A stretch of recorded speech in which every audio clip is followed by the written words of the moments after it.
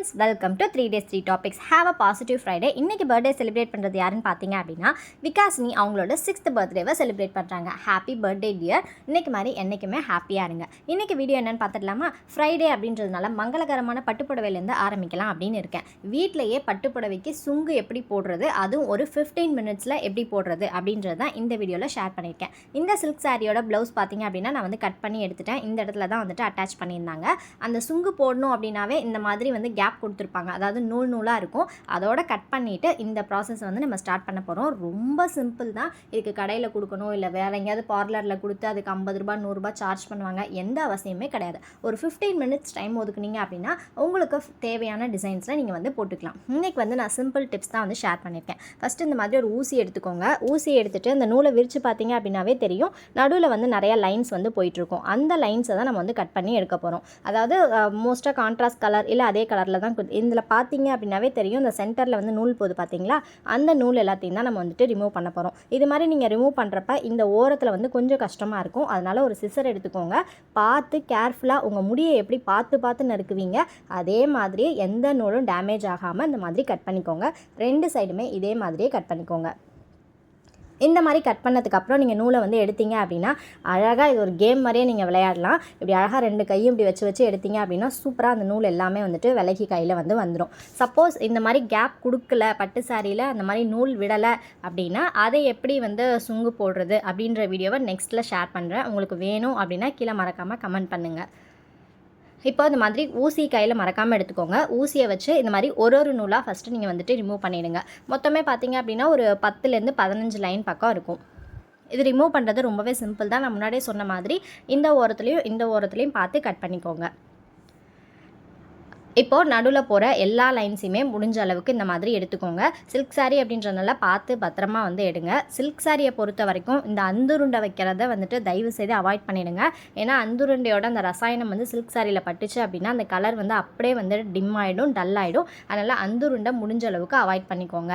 மற்றபடி வசம்பு அதெல்லாம் வந்து ஒரு துணியில் போட்டு சுருட்டி வச்சிங்க அப்படின்னா உங்கள் பட்டுப்புடவை ரொம்ப லைஃப் லாங் வரும். அது மட்டும் இல்லாமல் பிளாஸ்டிக் கவரில் வந்து பட்டுப்புடவை வைக்கலாமா அப்படின்னு கேட்டிங்கன்னா வைக்கலாம். பட் ரொம்ப ப்ராப்பராக பார்த்துக்கணும் அப்படின்னா ரேஷன் கடை வேஷ்டி இருக்குல்ல, அதில் வந்து நீங்கள் மடித்து உங்களோட சில்க் சாரீ வச்சிங்கன்னா ரொம்ப நாளைக்கு பத்திரமா இருக்கும். இப்போ பார்த்தீங்கன்னா நான் அந்த ஃபுல் லைனும் நூலை வந்து ஃபுல்லாக ரிமூவ் பண்ணிட்டேன். ரிமூவ் பண்ணுறதுக்கு முன்னாடி மேலே அந்த மாதிரி வெயிட் வச்சுக்கோங்க.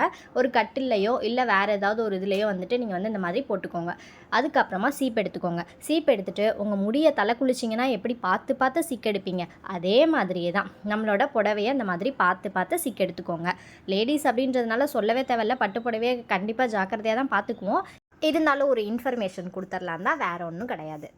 இப்போ அந்த மாதிரி ஃபுல்லாக அழகாக வந்து சீவி எடுத்துக்கோங்க. இப்போ பார்த்தீங்க அப்படின்னா நல்லா தலையை குளிச்சுட்டு சிக்கு எடுத்துகிட்டு சீவி பின்னுறதுக்கு ரெடியாக இருக்காங்க.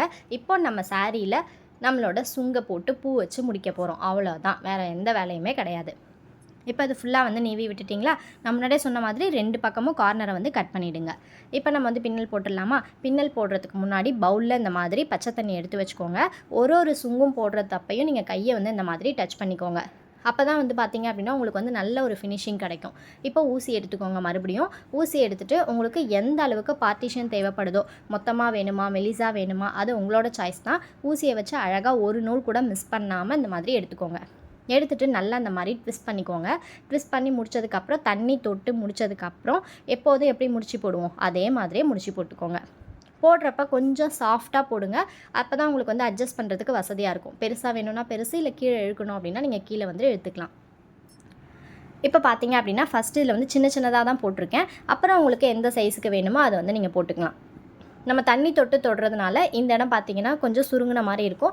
காஞ்சதுக்கப்புறம் அழகாக வந்து விரிஞ்சு வந்துடும். ஸோ ரொம்ப சிம்பிளான மெத்தட் தான், கண்டிப்பாக ட்ரை பண்ணி பாருங்கள்.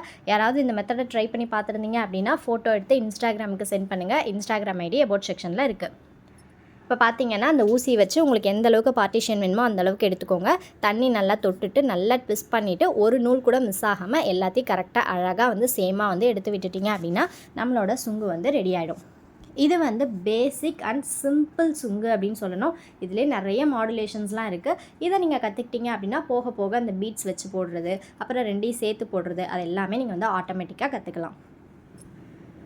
இந்த டிப் எல்லாத்துக்குமே யூஸ்ஃபுல்லாக இருக்கும் அப்படின்னு நினைக்கிறேன். கண்டிப்பாக உங்கள் சாரிக்கு நீங்களாகவே சுங்கு போட்டுக்கோங்க. அது கட்டுறப்ப இன்னுமே ஹாப்பியாக இருக்கும். பட்டு புடவை கட்டினாவே ஒரு ஹாப்பி தான், அதுவும் நம்மளாக போட்ட சுங்கு அப்படின்றப்ப ரொம்ப ஹாப்பியாக இருக்கும். இப்போ பார்த்தீங்கன்னா இந்த எண்டுலேருந்து இந்த எண்டு வரைக்கும் நான் சுங்கு போட்டு கம்ப்ளீட் பண்ணிவிட்டேன்.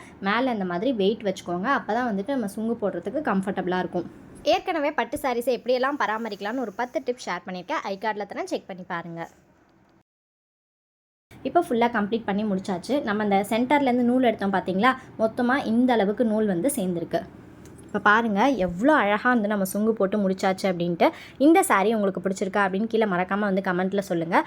ஸோ காஞ்சதுக்கப்புறம் எல்லாம் நல்லா புசு புசுன்னு அழகாக வந்துடும். இன்னொரு வீடியோவில் மீட் பண்ணுறேன். தேங்க்ஸ் ஃபார் வாட்சிங்.